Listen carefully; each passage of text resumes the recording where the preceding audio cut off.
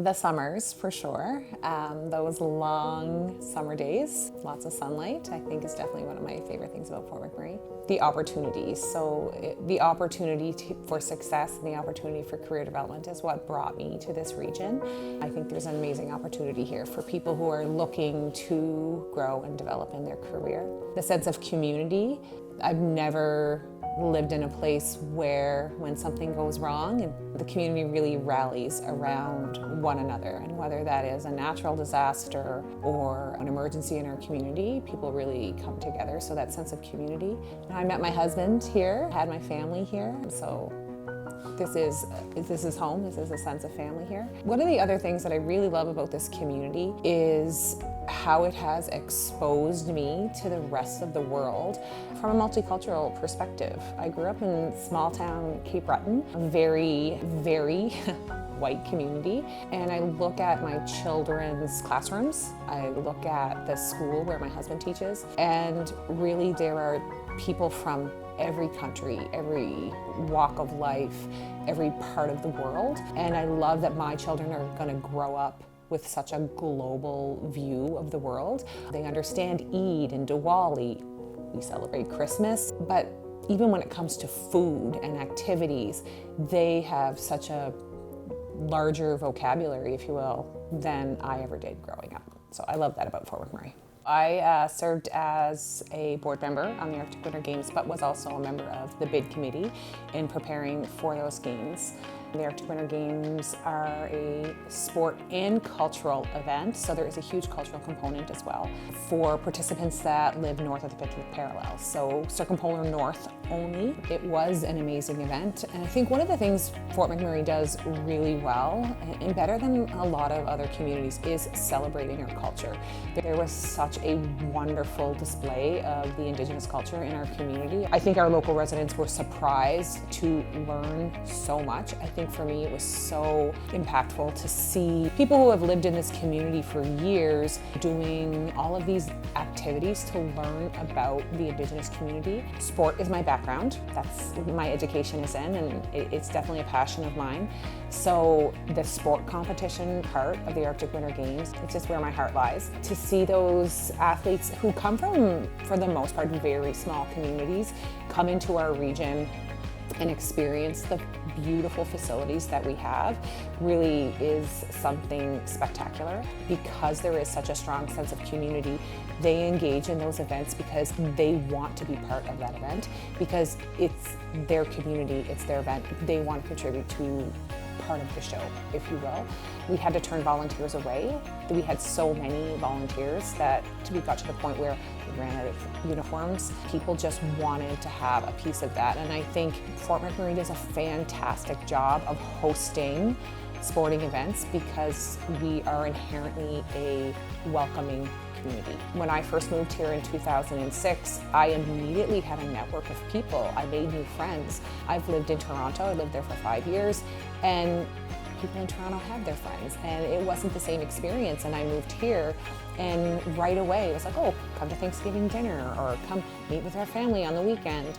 So I think because there's that family feel and that family community connection and community pride, when people come from out of town to visit our region, the community wants to rally around that and really provide an experience where people leave surprised that it was as fantastic as it was. NAABA is the Northeastern Alberta Aboriginal Business Association. My claim to fame is that I started 3 weeks before the world got shut down by COVID, so it was not the smoothest transition into the organization, but we are an Indigenous business organization that advocates and supports Indigenous business in our region. We really work to ensure that businesses are owned and controlled by someone who is First Nations, Métis, or Inuit. And that control piece is really important for us as an organization. So we really work with our Indigenous business owners to make sure that they understand whether or not they're in control of their organization, if they have a partner. We work with our oil sands partners primarily at this point in time to interact, work with, and engage our Indigenous businesses. Economic reconciliation links back to one of the calls to action. I think it shows the importance. But further than that, Indigenous people have rights, inherent rights to the land from which oil sands are being mined and produced. And I read something recently that said Indigenous people are not an equity-seeking group. They're not an equity-seeking group because they have rights and it's different. So it's not about the right thing to do, and it is the right thing to do. There's rights there that are not being honored. The economic reconciliation is, first of all, acknowledging that and reconciling that there is something here that's not being honored, and then taking the steps to move forward so that Indigenous people are able to participate actively in the economy in ways that they may have not previously because systems were put in place by our government to prevent them from doing so. Only in the last 50 years or so have Indigenous people even been able to own businesses. In the time of the Indian agent, if somebody wanted to leave the reserve, they had to sign in and sign out. Not exactly conducive to owning a business. So acknowledging all of that and recognizing that there have been barriers, and there still are barriers, to Indigenous people succeeding in business, that's what it's all about. It's equity in the term of, it's not just business is a business is a business, but there's more than that. It's about acknowledging rights as well. Industry has always been part of NAABA. I mean, we exist in the heart of the oil sands. Clearly, the majority of our business and the majority of all businesses in this region are in service to the oil sands.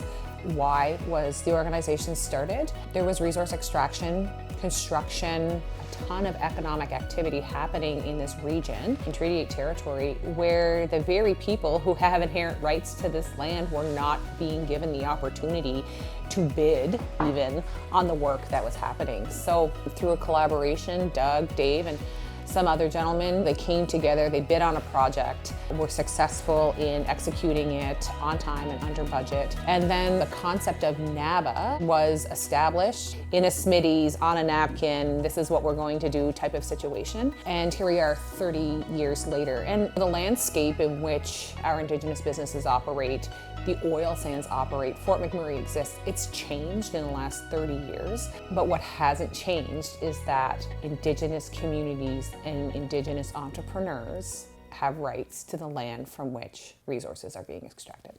So I think one of the kind of, cliche phrases that I don't subscribe to is the concept of balance. So I don't balance being a mom and being a career woman. I have to prioritize. Sometimes work is the priority and I miss family things. Sometimes family is the priority and work is work. You do what you need to do to get the job done. And I don't know that everybody functions that way.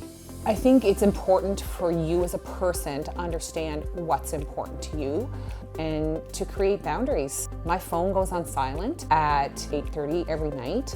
I don't generally take work calls on the weekend. Being a woman in a male-dominated industry, I think you need to show up as who you really are, and that the things that, may be perceived as a barrier are actually some of the best things that can change the dynamic in the room. So if you look at a boardroom table, let's say, and you have a bunch of men sitting around a table who all have men experiences, and they're like, oh, well, here comes the emotional woman, or some of those stereotypes. That emotionality may be the very thing that unlocks the perspective that's going to lead you down the path to success. I think it speaks to the power of diversity in a boardroom table, in a conversation, in an industry, to have a female leader. I'm not the same as a man, except I'm a woman. I bring a different perspective, different experiences, different values, different things are important to me than my male counterpart. That should be seen as a bonus as opposed to a weakness. And so I think from my perspective, I'm never afraid to be who I am. Nothing is that serious that you can't have a little emotion in the conversation. It's real world. I don't subscribe to the who you are at home is who you are at home and who you are at work is who you are at work. Like at work, I am still a mom and a wife and a sister and a daughter. I don't leave that at the door. All of those experiences are what makes me who I am in my executive role. And I think sometimes for young girls, there's a fear that they can't be that and be successful because the model is, stereotypical white male. You can parlay that into our Indigenous businesses as well. So often, I think there has been a hesitation to show up as an Indigenous business owner. That lived experience that Indigenous people have brings an amazing context to a conversation. I want our Indigenous business owners from NAABA to be confident in bringing that to any boardroom table, because that perspective, that knowledge, that lived experience is the very thing that may unlock the new path to success. In innovation, there's a concept of trajectory. People brainstorm ideas, and then when one idea is achieved, it unlocks the door, and then a whole other trajectory of ideas are created. I think if you don't have a variety of perspectives around a table, those doors never get open, and you just kind of stay at that one level of conversation. We did the project, The Faces of Entrepreneurship, encapsulating some of the activities that NAABA has undertaken in the last 30 years to show that success can be Indigenous success. Business owners can be Indigenous people. Private planes and multi-million-dollar contracts can be managed by Indigenous people. And I think NAABA really played a role in that. I think NAABA has played a huge role in working through economic reconciliation before there was a Call 92 and a Truth and Reconciliation report. When Doug and Dave were working with Syncrude back in the 90s to say, this is our land, this is our home, work with us, give us a chance, let us show what we can do. I think NAABA has brought people together and really created a space where those people who want to do what's right and know they should be doing more can enter into conversation. People are ignorant in the purest sense of the word about the truth. They're ignorant to how they can make a change or what their impacts will do. I think NAABA's created an arena for people to come and have conversations and learn, and then hopefully make change to grow. There is still an immense amount of work to be done. We still fight daily battles with regards to procurement, treatment of Indigenous businesses, the barriers that Indigenous businesses face. But I would like to think that we have really tried to make an impact and make a change on how Indigenous people and businesses are perceived, how rights to land are considered, and really like how the environment and sustainability and business practices can be looked upon differently. Those Indigenous business concepts are starting to come back into the colonial business environment, which I think is fantastic. But it's because our Indigenous business owners have been empowered to show up as the people that they are with their lived experience. So lots of work to be done, but I think there's been lots of meaningful change and impact over the last 30 years.